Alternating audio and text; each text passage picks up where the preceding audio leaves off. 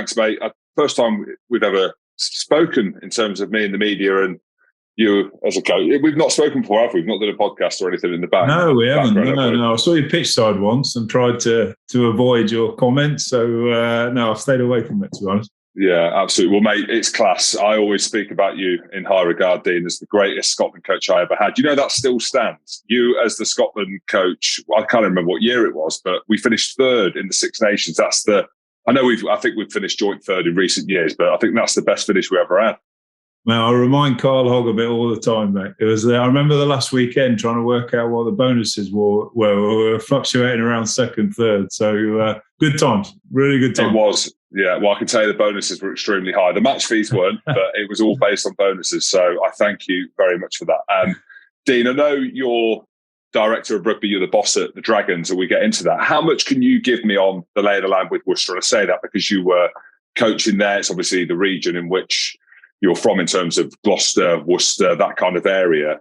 And I'm trying to think about, not that, you know, we're looking for this kind of mad headline or anything like that, but it seems pretty messy there. And I've had a few players and agents kind of speak to me and say, like, have you heard anything in the media? Can you give us a lay of the land in terms of what you think might be happening? Are you comfortable doing that? Yeah, I mean, I'll be honest, I probably got some knowledge of the club itself from the inside, but from the outside, I'm really just reading the same headlines that everyone else is, and I'm probably sharing the same sadness because I think, you know, anybody who's worked at Worcester, and certainly during the era of Cecil Duckworth, will have Worcester somewhere, you know, within them. Whether it was for 3 years, whether it's for 10 years, it was. And I don't use this word lightly. It felt like a family club. It's difficult now in modern professional, and it's difficult when you make decisions about people's employment. But Cecil was the reason I went there, and it's probably the reason I left, because he was no longer involved in a role, and I wasn't happy about the direction and that the club was taking. So anybody, and I'm sure, you know, anybody that's played there in the past, worked there in the past, will share the same sadness. I think not only that, from a Worcester perspective, from a wider PRL Premiership perspective, that we've got a club, for whatever the reasons, and, you know, everybody's going to make assumptions of what those reasons are, is facing the sort of difficulties that, you know, I remember the last club, and I only remember them because I was at Bristol at the time, and when Richmond went under, a lot of players came to the market at that time, and that's where I had the fortunate of working with people like Peashot and Sheridan and people like that. And that was the last time that a club went into administration. And, you know, administration is different from, you know, the challenges. We got basically 70, 80 people with no wages next week, nowhere to go. And that, for the sport itself, you know, even post-COVID, post-difficult times, is a minefield for PRL to work its way through, because, you know, nobody wants to get to a situation where it's easy to wash yourself in administration and come back out. Nobody doesn't have sympathy for trying to keep Worcester moving and getting. And, you know, there's various people that have, you know, grabbed headlines about solutions, which, if they are solutions, great. But the reality is, how have we ended up one of our top clubs in this type of situation, and with this amount of staff at risk? And, you know, that's probably where I can give some insight. Is, you know, I'm saddened when any rugby club is looked at as a sort of commercial entity alone.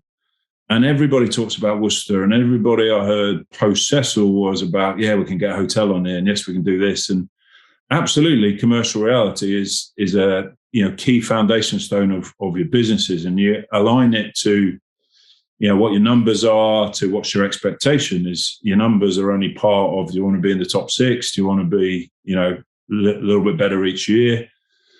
But if you haven't gotten the heart of it, passion for a rugby club, then everything else gets a little bit distorted. And that, certainly my time wasn't convinced the direction it was going, and part of the reason for me resigning. And certainly as an observer, I've always been worried when people front of house tell you what they can build on the training ground.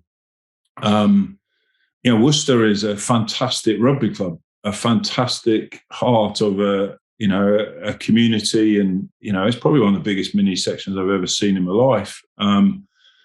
And that has to be your first point. Then you got to look at your numbers, and then you got to align your expectation. You've got to have real passion, and passion probably costs you a few quid as well. And you've got to be prepared to do that. And I just feel, well, I haven't heard that come through in anything I've heard, not from previous times since I left. And I think you can apply that sort of triangle to any rugby club. But if it just becomes about, what are the numbers? How do we make it work and everything else? It's difficult, and certainly difficult post-COVID to see a way through. Yeah, it's really interesting you say that, Dean, because I've done a few interviews under this arm of the Rugby Pod in my own show. Some of them are with people that invested. Marco Massotti, for example, who's bought the Natal Sharks and is a keen investor solely because he loves rugby. So it's rugby first.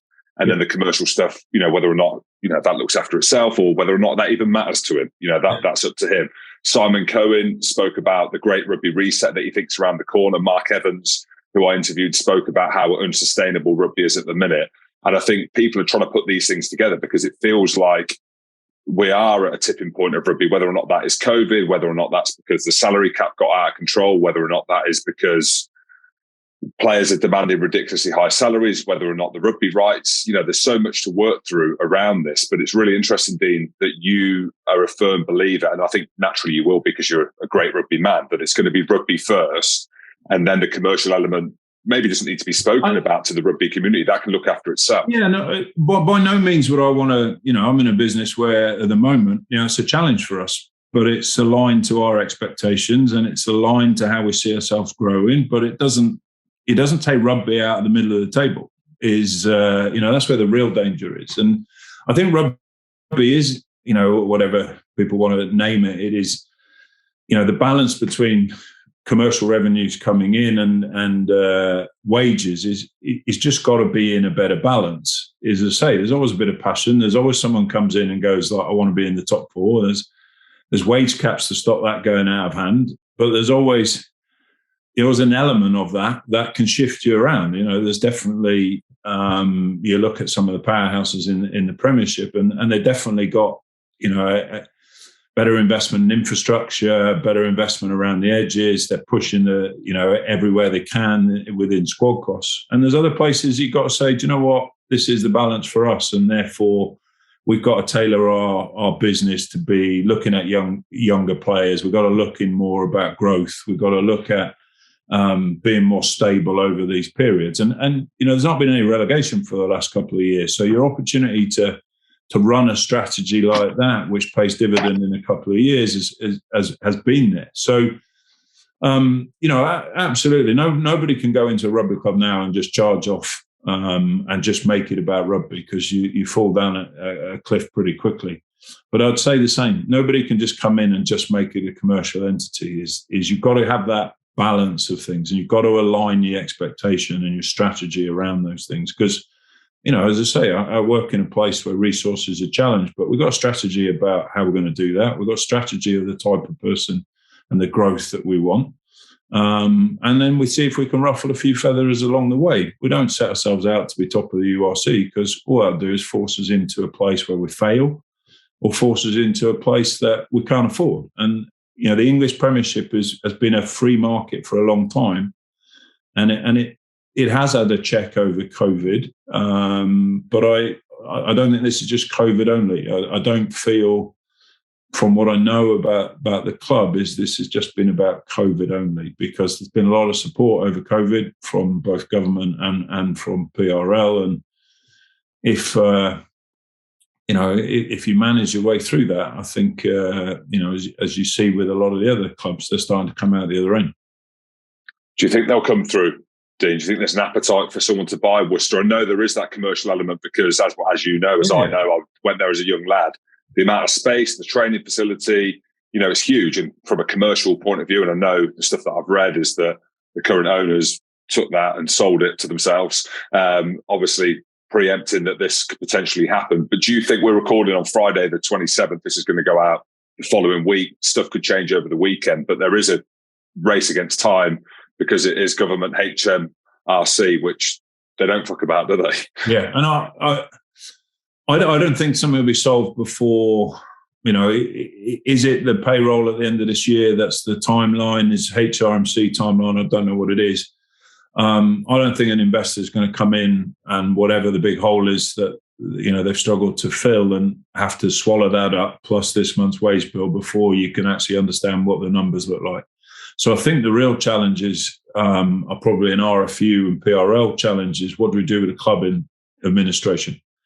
In the past they've either penalised them that hard that they're out of the Premiership, but there's no relegation next year. Fine them, but what's that going to solve at the moment? So they've got to find a way, and I think that's those people that are sat sort of waiting is those questions are, how do we deal with a club? I don't think anybody's not around the table that going, we want Worcester to come out the other side. But what we don't want is Worcester to have a 5-day fix that falls over in 6 months. And so I think, I hope, because I'd hate to see Worcester, disappear from the top flight. I hope that the period, and if it is, and I really don't know what the timelines are, but if it does go into administration, that people are working to try and get a plan together to do that properly. I understand the risk because, there are other clubs that are quite clearly got some financial challenges. And the last thing PRL wants is, that you can go in and out of administration as a way of clearing debt or whatever. I'm not knowledgeable enough to how to do that, but got to find a way that there's enough penalty around the situation, but not something that takes them away from the top flight. And I really hope that people see it through that lens. Yeah, it would be sad to see. If you're Steve Diamond, what would you be saying to the players? Now, just firstly on Steve Diamond, you've got a guy that's perceived as a bit of a geezer, a bit of a dodgy dealer, but for all his ills, not from my side, but from media or whatever, whenever you read anything about him, I don't think there's any better person to try and make something happen. Jim, I'll be honest, I think they've got the best bloke there. One is he likes a firefight, so there'll be no doubts that will galvanise him in terms of keeping a group together, which I can't sort of even predict how difficult that must be. Also, in reality, Dimes has got probably more contacts than everyone else. There's only people who've been around the Premiership and everything, as long as Dimes has, and there's not many of us left still in the game, and he's got his fingers in lots of pies. That opens up lots of doors. And so if there is somebody, I'd love to see that come to fruition. So if somebody asked me what director of rugby do you want at Worcester at the moment, Steve Diamond would be the name, because if there is a solution, there is a way of keeping everyone together, there is a door needs opening, somebody gets interested, then they've probably got the most connected person there that's possible doing that. Yeah. And what would you be saying to the players? I know it's easier said than done, and you're obviously coaching a team at the minute, so you don't want to give away too much, but a lot of players are chatting to me, they don't really know anything. My advice to them would be, look, you need to go and look for something else quite quickly, because it must be so unsettling. You think the top end of players, Duan van der Merwe, say he's on 200 grand, 300 grand, 400, whatever the number is. Now that's going to be unsustainable with everything they're going through. And then you look at the middle tier of players and the young lads coming through. Surely you'd be like, look, regardless of what happens, you need to be looking elsewhere. And I suppose that's the natural instinct. But what is available at this time? Not only is salary cap, pretty tight at the moment. I just know from a director of rugby, you don't have a headroom at the moment that suddenly you got a sort of bank that you can use. And I think in some ways the big earners are probably the most fortunate because they've got the most choice. Whether that's in England or whether it's in France for a year or whatever, they got the most chance of getting work. I don't see any of the names that are flying around struggling for work. In reality, middle tier is the one that will struggle because nobody's holding a slot open now for a journeyman second row to be fourth choice. So, that's the real sad part as well as staff. You think of the infrastructure now around Premiership Rugby Club is huge. So that's the real concern. So I suppose if I was Steve, there's a couple of things. Every individual has got to look after himself and his family. Is never get in the way of that. You can't hold people together on something that's nothing in a week's time. What you can do is offer some advice, which I'm sure Steve's capable of doing. You don't have to solve that in a week, especially if you're, one of the bigger players. You don't have to go rushing off now and then suddenly something's changed next Wednesday and you go, I wish I hadn't done that. You got to. I don't know that they're due to play Glasgow. I don't know how they'll play because a genuine open question is, post, I suppose, administration is how are they insured without valid contracts and everything else. So just that whole, your sort of gut feel is, let's keep everyone together, play a few games, see what happens. You can probably, if it was a steelworks down the road, you could probably keep that business going, waiting for an investor coming in. I just don't know how that works, and I suppose that's the challenge for a RFU PRL sort of body to. How do they keep it moving? If Steve can keep people there and he can keep fulfilling things for 2 or 3 weeks while investor, if there's one there, is putting through his due diligence. I just don't know how that works if a contract's not valid. So really difficult times and nothing we've ever seen before. As I say, I think it was 99 when Richmond went down. We're only 2 years in. So, it just didn't feel the same as, say, most of the. I was pretty fortunate at Bristol that some of that sort of just fell into Bristol side. So there's a lot of work for those. A lot of suits that are sat in the background need to come up with some answers about how they keep a rugby club moving in this difficult time. Yeah, on managing a rugby club, but also owning a rugby club, being director of a rugby club, it's mixed, isn't it, between the general public, people in the media, people involved in that. Are you of the guys where you like someone like a Cecil to come in? Cecil gave his life, but also a lot of money, and he had a lot of money, and he wanted to do that. Nigel Ray, we've seen the same. Steve Lansdowne, exactly the same. We're seeing these people come in and just throw money at it with probably little return. Are you for that, or do you think there needs to be a middle ground? Obviously, the salary cap we've mentioned has been reduced. Like, when you look at all this going on, what would you be veering towards? I think the sport has to go to that better balance, which is less reliant on single investor. If you go back over the last 15 years, definitely some investors that will want to do the numbers for the family trust to go, what are we losing that? So I think it's got to get a better balance. I think there's always a part where there's a passion of an investor or a group of people, and having worked for a number of different ones, it's often easier if it's a single one. But I think you've got to get the sport where it's less reliant on those individuals, because we can't afford to be every 3 years with a situation where either an investor's appetite has changed or an investor's financial situation has changed. Therefore, the rugby club's at risk. That's the peak place that we have to get away from. We can, and I've been in plenty of environments which have been great while we're on the up. The investors going well, and my time at Gloucester is, and then there was a challenge for the investor to support in the same way that we had, and very difficult strategically to hold that together. And we had some great times, and then you have to pull it apart. So that I think as a sport we've got to get more stable in that space, and that's not just in the Premiership; it's everybody, where that balance between wage to revenue model is more stable. But I do always think there's a piece of passion on the top, and it needs a lid on it, because one person can't come in and just drive a club a million miles away from everybody else. But I do think there's a bit of flex at the top, because sport is passion. It's not a spreadsheet, and I think it is something that is some of your best moments are built on passions with people that have taken some risks somewhere and had the fingers burnt somewhere. And sometimes, one of my biggest regrets that Cecil actually left the rugby club before, I could give him the return that I'd sort of talked about trying to do. And, he was happy to support something that was long term, but we all want to live those moments, and so investors want, I saw you talk about it recently, that minute at high when something really fantastic is happening. They want that as well, when their risk and their investment and everything else is part of that. And I just think we've got to be careful that sport doesn't rub that out as well. So it's a balancing act of a number of things. Yeah, you said passion and risk. One of them thing goes with you in terms of your passion for the game. You mentioned that kind of quote you gave us in the change, or whether it was me, you gave it personally, or you gave it to the group about like how hard are you willing to work. I mean, I've spoken about it on the rugby pod. I've spoken about it to a few people. I remember that you specifically saying, how hard are you willing to work for that one moment of euphoria, which might never come, that one moment that not many people feel. And I talk about that moment that I had a couple of times, and it was for Saracens at the back end of my career. I remember you saying it. So when it was happening, I was like, that's what Dean Ryan was talking about. This feeling, I'm getting goosebumps talking about it now. That feeling which you can't explain is what I'm feeling right now. And I'll never feel that again.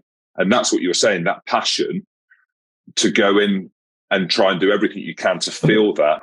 Absolutely. And to really do that, for me, I've been fortunate to have some great experiences with rugby, but Newcastle was huge for me because it took a huge risk. And I did it with some friends that were close to. I moved my family there. My reputation was on the line. And I remember winning the Premiership first year in, and it only lasted about a minute. It took like 3 or 4 years. I put the whole family at risk. A reputation of 8-9 years, and it lasted about a minute. It was brilliant. It was, and a lot of people don't ever experience it. And that's what I talk about is how invested are you in something? How deep are you prepared to go to get that minute? And, it seems mad, doesn't it? Is you know yourself, you move around, you take family with you, huge part of your energy and your soul into something. And then you experience it, if you're lucky, because not everyone gets to experience it. And it only lasts about a minute, but it's the highest high you can ever have. And that's, if you've been fortunate to experience it, then you realise it. You realise how special it is, and it's for those. And I think investors look for that sometimes as well. They don't have what we have is the fortunate thing of going on a field. But I know, from a Cecil or Tom Walkinshaw, is the moments were there when you won really big moments. They share them with you because they've been involved on that journey. They've taken a bit of risk. They put a bit of themselves in. They just haven't done it in the same way that we do it on the field. And that's the bit that I'm talking about, because that's the high that makes sport different from anything else. Yeah, well, when I watched Leicester win the Premiership and it panned on to Steve Borthwick, who's given nothing all year, I could see he was having that minute. There's the minute. See. Yeah. You could see, and then nothing after. And I was chatting to Deeks, and he was on the phone the next day saying, "How are we going to get better?" But he had that. Just on the risk element, Dean. So we've spoken about the passion part, and again, I've spoken about you hugely having a huge influence on my career. The risk, you've taken a big risk by going to the Dragons. You might not see it as a risk, but it seems like it is a risk. And I know we're going to talk about the positives now going this season. I was looking through the squad, and there's obviously changes happening, and it's easy to talk about teams that are losing. We spitball on the rugby pod and talk a lot of shit sometimes, but one thing we also speak about is it's easy from the outside looking in, saying, "Oh, this isn't going well." Glasgow got beat 70 points by Leinster. It isn't good enough. The amount of work that goes in, but you've taken a risk, it seems, with your kind of history to go to the Dragons. I do. I see it as a risk, and I don't. Is the reason to go was some of my frustration and some of those things we talked about through the Worcester situation or the Gloucester situation was being involved in strategies that people didn't have the balls to see through. Too many people, and I've done it myself, go for a job, tell everyone that you're going to be successful in 12 months, and it's bullshit. And then hope that it goes well for 10 months and then you get another contract. Instead of actually going, and I remember doing this at Worcester and the same at Dragons, go, no, you actually need major surgery. You need 2 or 3 years of reprioritising where your youngsters are coming from. You need to keep the business stable over that period, because at the moment you're recruiting aging internationals of 34 who are costing too much money. Now, a lot of people agree to that, and then 12 months down the line go, it's not going as fast as I want it. So the Dragons situation was an opportunity. I was speaking with David Buttress about trying to take the Dragons. So firstly, set them up in a situation that we could take it into private ownership. And it's currently owned by WRU. There's huge challenges within Wales around funding, and the Dragons is the lowest funded disproportionately against the other regions. So when you write the challenge, you're right mad after it if you think, are we going to ever try and do something here? But the opportunity was to be on a board, be more stable, do a strategy that actually plays itself out at the same time as try and influence some of the revenue streams from WRU, and that's going through change at the moment, to actually, get a slightly different feel around being involved in something from the tough situation that's been in the last 2 or 3 years, to see if you can get it growing. Now, you've got to do that in the URC, which, when you've got the Sharks at full bore and Leinster at full bore, can sometimes be painful. But there isn't any other way. We're a low resourced region, but you can still make that healthy. You can still make it fun. You can still keep it together. I mean, last year we probably was the biggest change period that we've ever had. The first 2 years of board, especially over COVID, we talked about staying stable because of how unstable the business has been. But there's no point staying stable if you can't get growth. And we changed 16 players last year, and we actually, a lot of the exiles in the English, a lot of the names you'll know from the English Premiership was the market that we went to. Now we definitely want to see growth. We want to see it a bit better. We want to ruffle a few more feathers. Are we batting in the top end of the URC? No, we're not. And it's how you balance that business when that's happening. A lot of people come in and go, yeah, well, when I was at Gloucester, it was easy. Yeah, we're heading for Europe, we're heading for Premiership. And it was realistic. A lot of people talk about that, and it's never realistic. So trying to frame, what your goals are and everything else is a challenge for us. But it doesn't mean that we can't do things well. It doesn't mean that we can't ruffle a few feathers along the line. We got, lights of Tane Bash and Ben Carter and Aaron Owen come in. Will Reid come in really healthy. 2 of them are currently in the national squad at 22 years old, 23 years old. Will Reid coming through and Aaron Owen will be 2 names that come through. So we going right back at the beginning, we understand the commercial reality of what the Dragons is. We understand where our expectations are. We definitely have a passion, and David's been fantastic in the support of a strategy. Do we need to see some green shoots? Absolutely. But, it always context that we're batting in a league that's at times in South Africa needs a tin hat on. Well, we'll talk about the South African influence in the URC in a minute. One thing I want to pick up on there, because I wasn't too sure, and I thought it'd be good for you to explain it, is that I thought the Dragons were privately funded. Are they still funded by the Welsh Union? Because I know there's a few different layers of how it works in Wales. They're still owned by the Welsh Union. Everybody's funded by the Welsh Union, by a mechanism that, as I said, we've been trying to influence for some years and is going through. The revenues coming in to a governing body have been challenged over recent years. So the current mechanism is being reviewed at the moment. But we are currently, until we can understand what the future looks like in terms of funding, and how we move back to something that's more equal, owned by the WRU. We absolutely want to take that business private, and so do the other 3, so that we can have a better strategy for all the regions in Wales.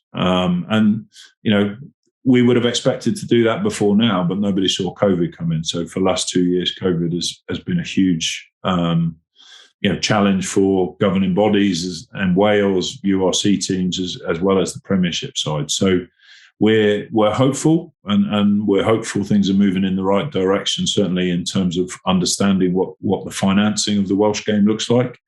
And when we get better understanding of that and more comfort with that, we're definitely looking at taking it back into a private ownership model.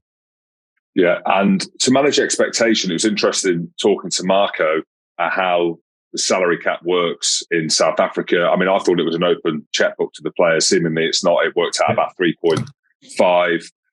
When I spoke to Martin and the CEO of the URC, and pushed him on what the salary cap is, he obviously revealed there isn't one.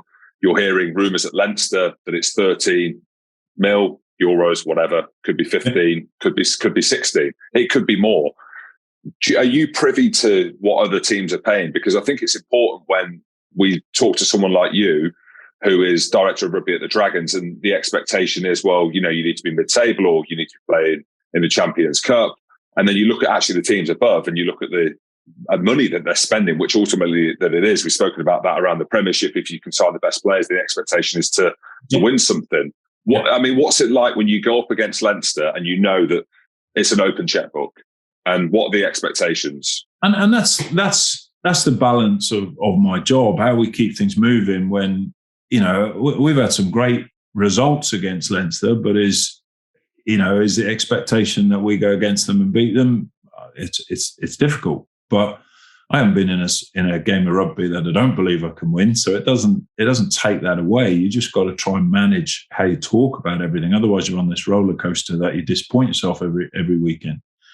So URC is a complex competition, is because everybody's funded in some way or other by the governing body. Certainly, the Irish clubs, they top that up by the commercial revenues that the likes of Leinster and Munster can operate. The very powerful systems now that have been in place and growth through Leinster Academy.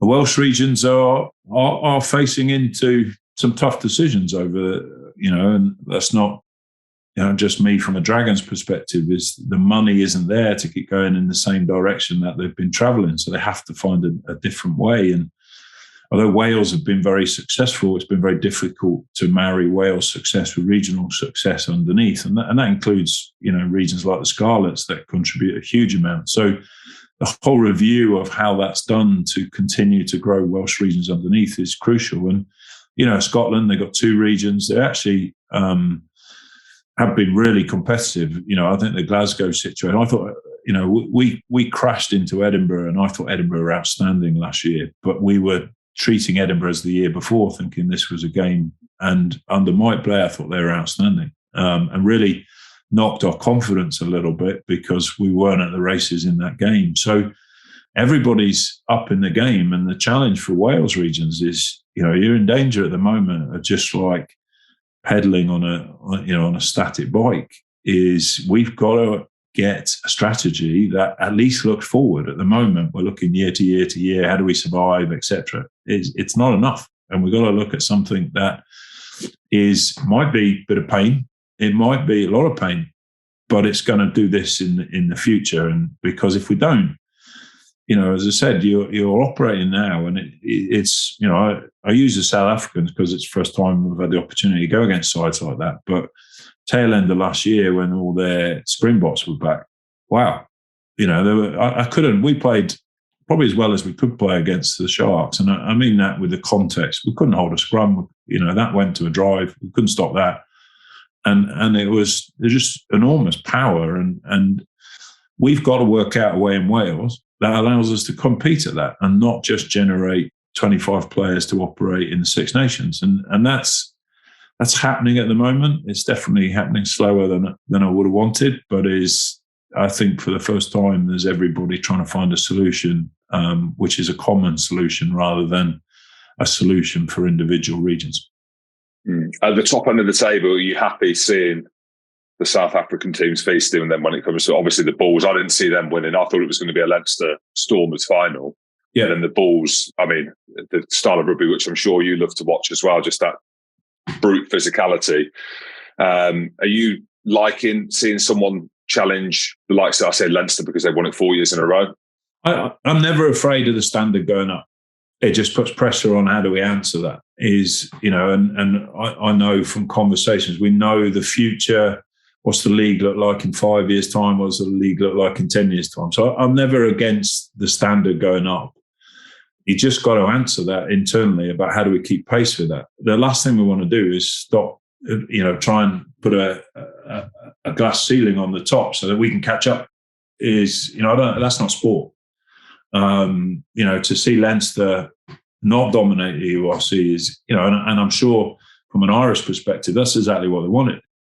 From a Welsh perspective, we've got to come up with our own answers to keep at that pace. And I'm not saying that I've got all those, but that is the pace that it's going. And we have to work out what our answer is. What's our funding model? How do we develop people? And how do our players over the next 3, 5, 8 years compete at that level? Because if you don't, ultimately that'll play itself out the international window. You can't keep leaping people from a struggling side to a competitive Six Nations. They've been, I think Wales have had a generation for a time now that is going to go through change probably over the next couple of years. Where's the next people coming from, and where's their competitive experiences? If you look at the English Premiership, the European experience, and you know that from Saracens, was the closest experience. They're huge games, and they're slightly different from internationals, but the intensity is enormous. To play in knockout games of Europe is one of the greatest feelings, because you're at a club game and at club friends. But it can be as intense and as physical and as fast as the international game, sometimes slightly different. And it's experiencing those things where players really grow if they're going to operate on the international arena. And Wales just have to work hard to understand what that model is that's going to get us closer to what international rugby is, so people can have more experiences, more winning experiences, more competitive experiences.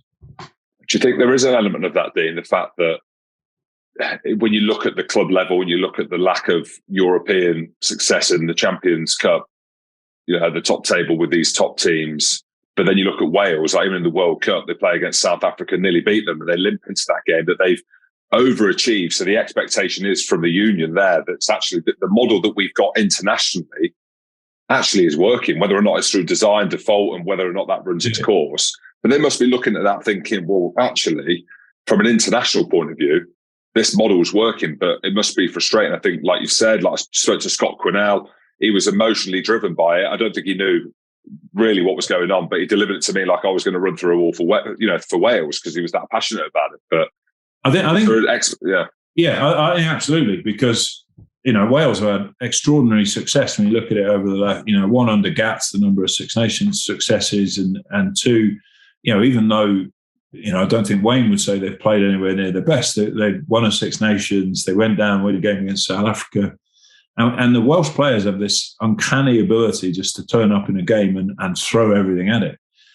When you, if you're involved in that, it absolutely seems the right thing to, and I think Warren was the first to get a ring around the international players, look after them, make sure their playing programs are all Welsh tailored, make sure they're all ready to go, etc. That allows you to play that. Whether that allows you to look 5 years and 10 years into the future and have created the next tier, probably not, because the teams that sit underneath won't be competitive. We were last year, just to bring that alive, 6-7 games, one score in all those games. Our internationals went away and, it's 30-40 points. And so it's very difficult to develop a Will Reed and an R&O in a space where it's that unstable. You're not really getting the competition experiences that you would have wanted.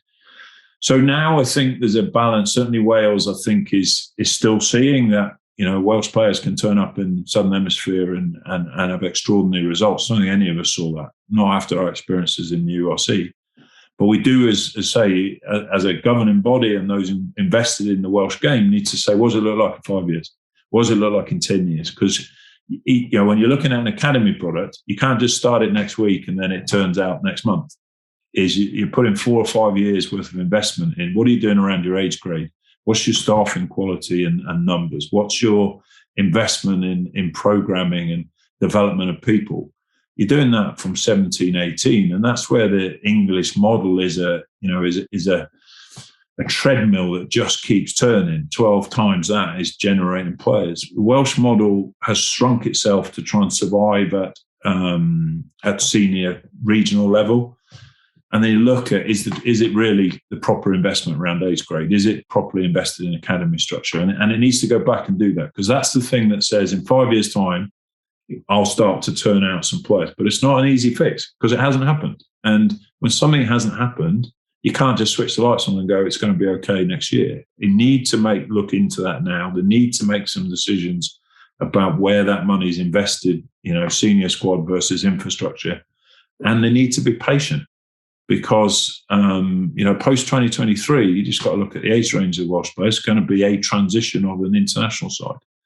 And there'll be another one 3 or 4 years after that. And there'll be another one 3 or 4 years after. And they've got to make sure the wheels are turning to generate the players required. There was talk of 4 becoming 2. So the regions splitting up. I mean, again, just loosely heard it. Obviously, talking to people like Tom Shanklin, doing a bit of the punditry stuff for Premier. Was that ever a thing? Is that something you could see potentially happening? Sadly, yeah, because when you put the numbers on a spreadsheet, you go, that doesn't work for 4. But any time I've ever spoken, you've got to look at, Wales has got the challenge of football, and therefore the number of opportunities coming through is crucial. In anything that you're looking at, performance sport at the end, you want the best people with best experiences to be at there. You've got to have the widest base you can have at the bottom. And, from Scotland, the challenges of trying to find competition outside of those two regional games, they've struggled for years about what's the competitive experience underneath. So I think Wales needs to hold stronger at the base, because that's where the real challenge is over the next 5 or 6 years. They need to invest in those areas, and we probably need to take some pain at the top end of the triangle. And I say that doesn't always get unanimous support, because some people want to just sit in the here and now. But I've never heard anything that says, what does it look like in 5 years, and get the answers right. So,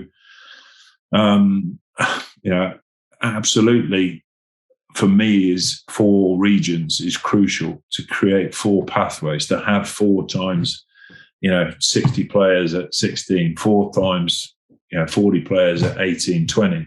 It's those numbers, because we all know, and having my experiences in time at Pathway, picking a kid at 16 is pretty difficult, especially in a sport where they grow to be as big as you. So is how we do that. We'll have to keep those pathways open and the numbers high as long as we can. Anyone who starts trying to select and go, yeah, he's the man at 16, 17 is probably going to be inaccurate. So the wider, the more investment we then put around those, I believe the longer term health of Welsh rugby and regional rugby would be benefited from. Dean, talking of pathways, and obviously your experiences with England, they did well in the summer against Australia. There's talk of the next coach coming in after the World Cup with Eddie. As a proud Englishman, do you see the next coach being English? Like, how are you about all that? And you spent a bit of time within that. English rugby seems like in a very good place in terms of the international model. I absolutely. And the talent in England's enormous. And you do really understand that when you go, either, time at Scotland and time in Welsh, is you just understand the challenge of the resources, the numbers of people, the numbers of players that are coming through. And I believe that in coaching. I think English, when sort of 4 or 5 years ago, when we were looking at how we run coach development, the first thing was like, how the bloody hell do we get people in the jobs? Because, there's people like Dimes and myself and Dino that have danced around a while, but where's the youngsters? And when the youngsters come, how do they survive? Because how I survive, probably not possible now, because, it's a hire and fire business when you're in the Premiership. But I was delighted to see Douse come through. Delighted to see Sanderson go and do his own gig. Big admirer of McCall and Baxter. There's good talent. So does it have to be English? No. Do you have to have had a thorough look at the English game? Yes, because I think there's real talent in coaching. I don't think some of the young guys, I thought what Steve did last year at Leicester was amazing.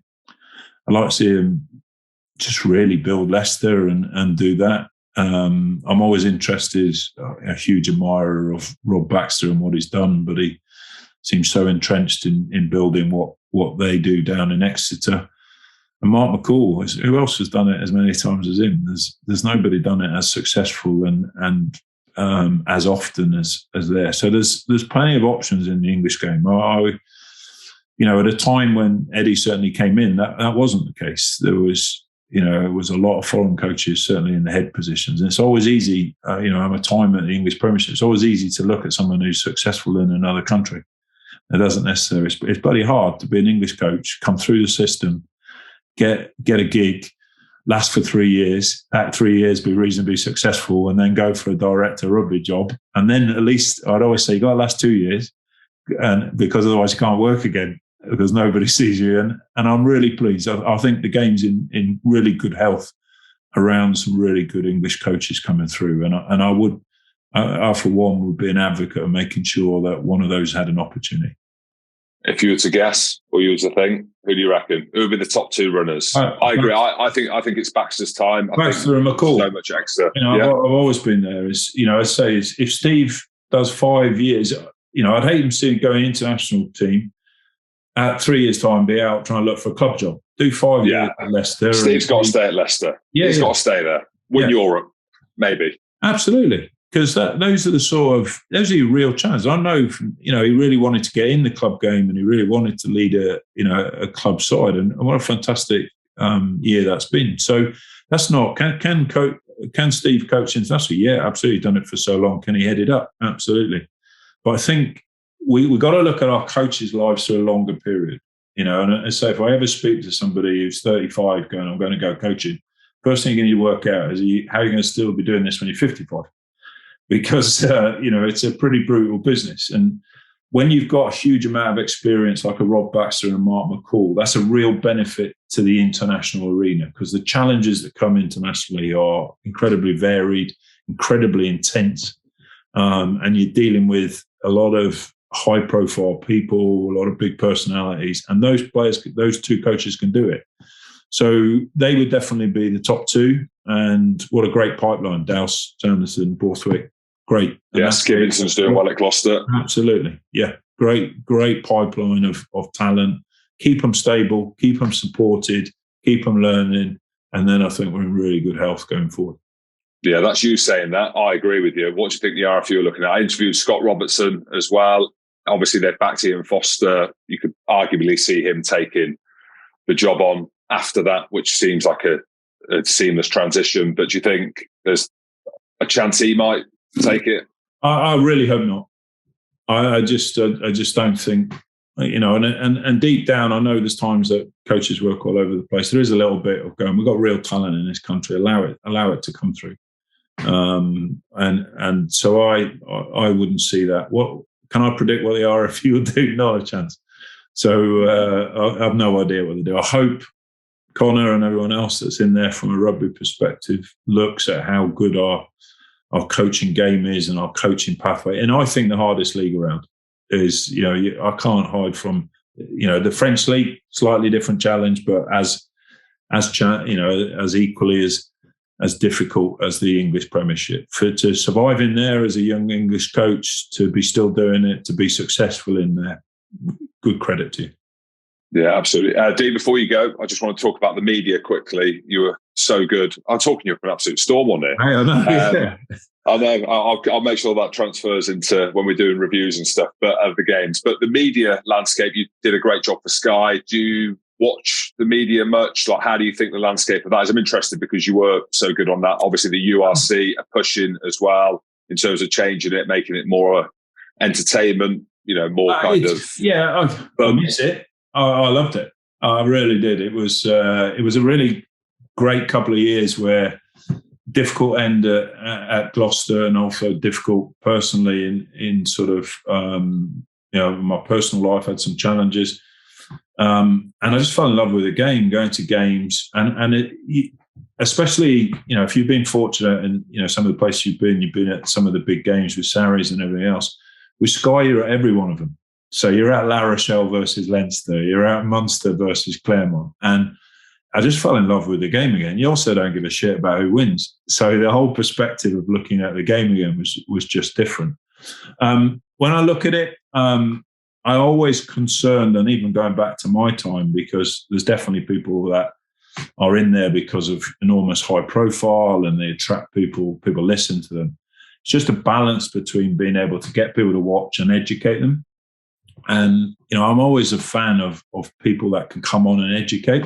I know when you've got 10 minutes and it's get to Jim, get to Dean, you get like 30 seconds but I still think you've got a responsibility to get that balancing out right. Otherwise, we're watching the same thing in 5 years because the bloke in the pub's watching you, he's listening to what you say.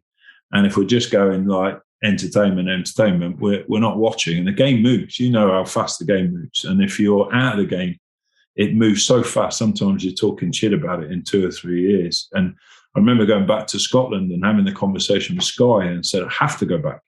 And they said, do you know the risks? The risks are that blows up in your face. And I said, I have to, because I'm a coach. I'm not here because I've played 100 times for England. I'm here because I'm a coach.